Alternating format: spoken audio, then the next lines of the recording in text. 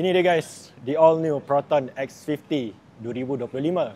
Dan kali ini bukan sekadar upgrade sistem saja.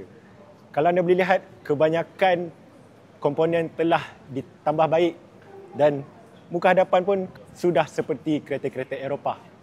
Dengan lampu yang telah direvise, corak tenunan batik pun mereka telah tambah baik, bumper pun sudah seakan-akan kereta yang high-end. Ini bukan sekadar perubahan kosmetik.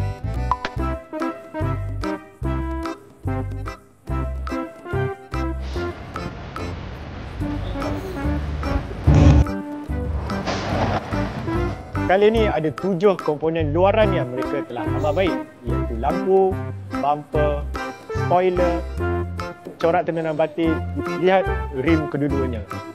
Ini juga mereka telah mengubahnya menjadikan ini saiz 18 inci tersedia untuk varian premium dan juga flagship. Seperti model X50 sebelum ini, bonnet juga amat kritikal dan X50 terbaru ini kita dapat lihat perubahan yang amat sedikit di bahagian bawah bonnet. Namun untuk varian premium mereka akan hadirkan elektrik. Jadi yang ini hanya tersedia untuk varian premium dan juga flagship.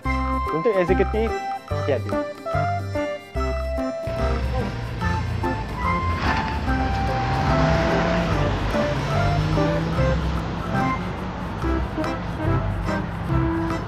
Dengan enjin baru IGT 1.4, kuasa yang dihasilkan adalah sekitar 178 horsepower dengan 280 Nm torque.